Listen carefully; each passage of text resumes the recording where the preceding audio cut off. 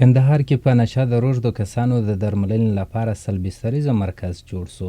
کندهار کې په نشه د روږدو کسانو د درملنې مرکز چې له دې وړاندې خدمتونه پیکاوه په دې وروستیو کې د عامې روغتیا ریاست په هڅو او د WHO یا د روغتیا نړیوال سازمان په مالي ملاتړ بیا ځلې ورغول شو او خدمتونه پراخ شوه. دغه روغتیايي مرکز 100 بسترونه لري چې د یو کال ټول مصارف یې ټال $1 میلیون د روغتیا نړیوال سازمان لخوا ورکړل کیږي. د کندهار په نهمه ناحیه کې په نشه د روږدو کسانو د درملنې 100 بستریزه مرکز پرانیستې د پټۍ په پرې کولو سره وسوه.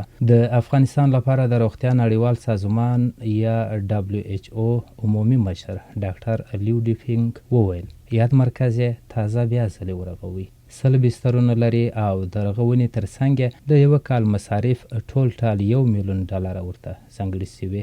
هغه زیاتوي د دوی اداره په افغانستان کې 4 دغه ډول روغتیايي مرکزونه جوړوي چې د کندهار هغه جوړ او کابل، هرات او ننګرهار کې راتلونکي کې جوړوي. خپل په لومړي قدم کې چې دغه پروژیکټ د تقریبا $1 میلیون په شاوخوا کې دی. دا د عامې روغتیا ریاست په غوښتنې سره نو هغوی دا غوښتنه وه چې دا باید داسې لنډې پروژې نه وي، باید دوامداره پروژې ولري او اوږدې پروژې ولري. نو په هغه تعهد باندې انشاءالله موږ سره کار کوو.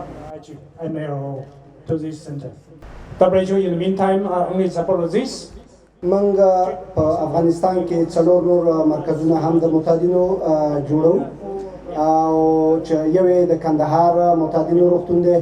نو موږ غواړو چې د کندهار معتادینو روغتون په یو نمونه‌یي شکل سره د نورو شفاخانو لپاره یو نمونه‌یي شکل د معتادینو روغتون جوړ شي. د کندهار د عامې روغتیا رئیس مولوي بسم الله باوري د روغتیا نړیوال سازمان له ادارې مننه وکړه چې دلته کندهار کې د معتادینو لپاره مجهز 100 بستریزه روغتون جوړ او ګټه اخیستنې ته وسپاري. نوموړي د دغه مرکز پر مسؤلینو او ډاکټرانو غږ وکړ چې د ناروغانو په ښه ډول درملنه وکړي. د WHO موسسې څخه ډېره مننه کوو چې هغه دا کوشش وکړي چې هغه دغه د معتادینو 100 بستریز روغتون په غاړه واخیستي او د هغو مصارف په غاړه واخیستل. کوم پیسې چې د دې دپاره راغلي دي، کوم وسایل چې د دې دپاره راغلي دي چې هغو د خلکو کوشش کړی دي چې د خارجي ملکو څخه یې راوړي دي او دلته د دغه غریب افغانانو دپاره او بالخصوص خاصه د معتادینو دپاره چې هغه پر ځای باندې مصرف او پر ځای باندې ولګېږي. په ورته وخت کې په نشه روږدي کسان چې په یاد روغتون کې درملنه جریان لري مننه وکړه چې د دوی په ښه ډول درملنه کوي او د اسلامي امارت له مسؤلینو یې غوښتنه وکړه چې د نشهیي توکو پلورونکي او قاچاقونکي باید ونیسي او عدلي او قضایي ارګانونو ته معرفي شي.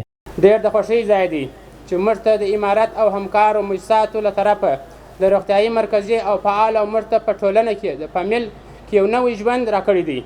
موږ مننه کوو د معتادینو د درملنې د 100 بستریز روغتون څخه د مسلکي او خدماتي پرسونل څخه چې زموږ هر اړخیز توان او مطابق همکاري او هلې ځلې راسره کړي دي.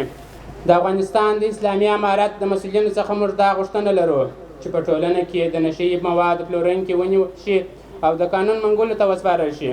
په نشهیي موادو اخته سره د 25 کاله کېږي نشهیي توکي مو کولې سره انورالو دا ځای ته دغه راوړي تشریف راوړي. اوس شکر دی جوړ روغ سره زموږ سره خواري ډاکټران صاحبانو وکړل، ډېرې همکاري راسره وکړلې. اوس جوړ روغ شکر دی د خپلې کورنۍ د خپل فامیل دا پاس څه وپوهېدلو سره.